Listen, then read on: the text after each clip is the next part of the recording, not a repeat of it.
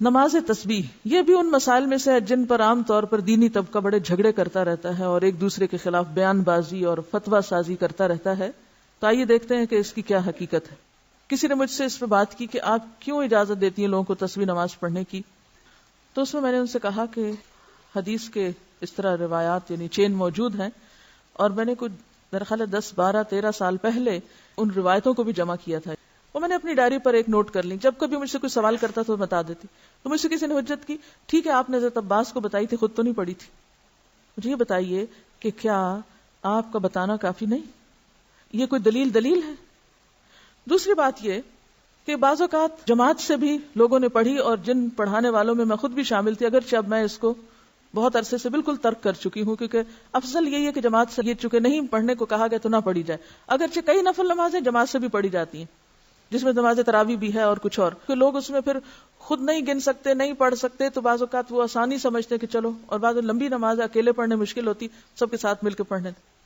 تو اس کے لیے بھی جس کو سامنے رکھ کے میں عمل کرتی تھی وہ یہ کہ نفل نماز چونکہ جماعت سے پڑھی گئی ہے اور یہ بھی ایک نفل نماز ہے تو کوئی حرج نہیں اگر کوئی جماعت سے بھی پڑھ رہا ہے، لیکن پھر بھی بہتر یہی ہے کہ آپ الگ پڑھیں، اور کم از کم مجھ جیسے لوگ اس چیز کو اتنی ہوا نہ دیں. جب تک اس بات کا مجھے نہیں علم تھا کہ زیادہ پسندیدہ یہ ہے، اس وقت تک میں خود اس کو جماعت سے پڑھاتی بھی رہی ہوں اور پڑھتی بھی رہی ہوں. تو افضل کیا ہے؟ اکیلے پڑھیں. لیکن ایک بات یاد رکھیں، بعض اوقات لوگ صرف نماز تسبیح پڑھنے کے بہانے آ جاتے ہیں اور پھر آپ ان کو جو چاہیں سکھا لیں. مجھے اچھی طرح یاد ہے کہ جب میں نے تبلیغ کا عام کام شروع کیا تو ابتدا میں ہم نماز تسبیح کی دعوت دیتے تھے. تو کہتی ہوں کہاں سے لوگ آ جاتے تھے، آپ سوچ ہی نہیں سکتے. اور جب وہ آ جاتے تھے میں ان کو بٹھاتی تھی، میں کہتی تھی یہ نفل ہے، پہلے فرض پورا کرو. وہ کہتے تھے کیا؟ میں کہتی تھی علم حاصل کرنا فرض ہے، پہلے درس کریں گے پھر تسبیح پڑھیں گے. اور اس طرح الحمدللہ اس علم کے شوق میں پھر بہت سی اچھی باتیں انہیں سکھائیں. کرتے کرتے لوگوں کو نماز تسبیح تو بھول گئی اور درس یاد ہو گئے. سیکھنے سکھانے کا سلسلہ. تو اس میں یہ ہے کہ بہرحال پھر بھی میں یہ کہوں گی کہ نفل نماز کی چونکہ جماعت سے پڑھنے کی رخصت موجود ہے، تو کبھی اگر کسی نے ایسا کر لیا تو ہم اس کو حرام یا بدعت یا ایسا نہیں قرار دیں گے. جس چیز کی ایک گنجائش کہیں موجود ہے تو کبھی دین کے فائدے میں اسے کر بھی لیا جائے تو وہ کفر میں شامل نہیں ہو جاتا. یا تو یہ نا بالکل ہی دلیل نہ ہو کہ نفل نماز کی جماعت کی دلیل ہے ہی نہیں، پھر تو غلط ہے. لیکن اگر دلیل ہے، جیسے اطمان بن مالک کی روایت میں آتا ہے، انہوں نے اپنے گھر کے ایک حصے کو مسجد بنانا چاہا تو آپ کو دعوت دی، آپ تشریف لائے، سب لوگ اکٹھے ہوئے تو آپ نے فرض نماز کے علاوہ ایک وقت میں نفل وہاں باجماعت پڑھائے. اسی طرح حضرت انس کے گھر گئے کہ آپ حضرت انس آگے تھے، پھر وہ پیچھے خاتون تھی. مسلم کی روایت میں آتا ہے فصلی بنا فی غیر صلاۃ الفریضۃ، یا کچھ ایسا لفظ ہے کہ ہمیں آپ نے فرض نماز کے علاوہ وقت میں نفل نماز جو تھے جماعت سے پڑھائے. تو اکا دکا اگر مثالیں ملتی ہیں تو کبھی اکا دکا دفعہ اگر آپ ایسا بھی کر لیں تو گناہ میں شامل نہیں ہوگا. ہاں یہ ضرور خیال کریں کہ نوافل فرائض پر نہ چھا جائیں، کہ لوگ فرض بھول جائیں اور نفل کی طرف چل پڑیں، بلکہ نفل کے لیے آئیں تو ان کو فرض یاد دلائیں. عبداللہ بن عباس رضی اللہ عنہ سے روایت ہے، نبی صلی اللہ علیہ وسلم نے عباس بن عبد المطلب رضی اللہ عنہ سے فرمایا، اے چچا جان عباس، کیا میں آپ کو کچھ عطا نہ کروں؟ کیا آپ کو کچھ عنایت نہ کروں؟ کیا میں آپ کو کوئی تحفہ پیش نہ کروں؟ کیا میں آپ کو 10 اچھی خصلتوں والا نہ بنا دوں کہ جب آپ یہ عمل کریں تو اللہ تعالیٰ آپ کے اگلے پچھلے پرانے نئے انجانے میں اور جان بوجھ کر کیے گئے تمام چھوٹے بڑے پوشیدہ اور ظاہر گناہ معاف فرما دے؟ وہ یہ ہے کہ آپ 4 رکعات نفل اس طرح ادا کریں کہ ہر رکعت میں سورۃ فاتحہ اور کوئی دوسری سورت پڑھیں.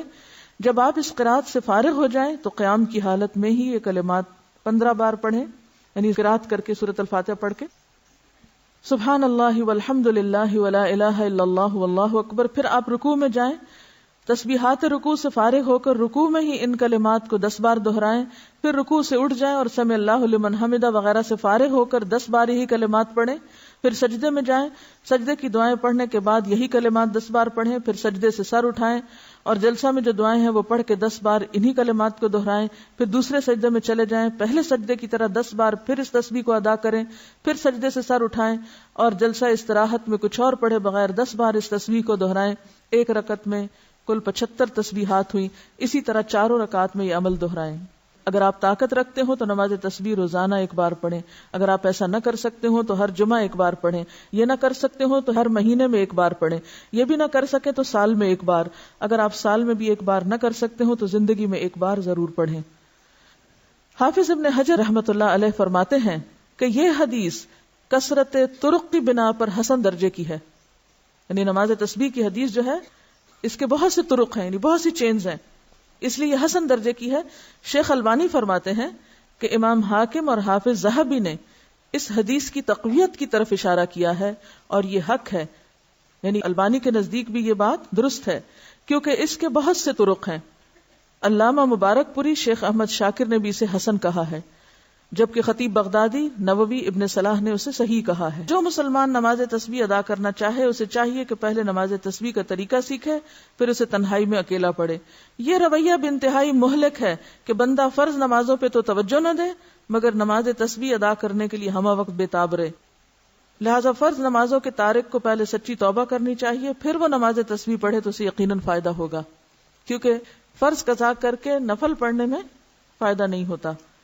نفل اس وقت فائدہ مند ہوتے ہیں جب آپ فرض بھی پڑھ رہے ہو. تو بہت سے لوگ فرض تو پڑھتے نہیں اور کبھی کبھی صلاۃ التسبیح پڑھ کے سمجھتے ہیں کہ سارے فرض ان کے ادا ہو گئے، جبکہ ایسا نہیں. فرض اپنی جگہ فرض ہے.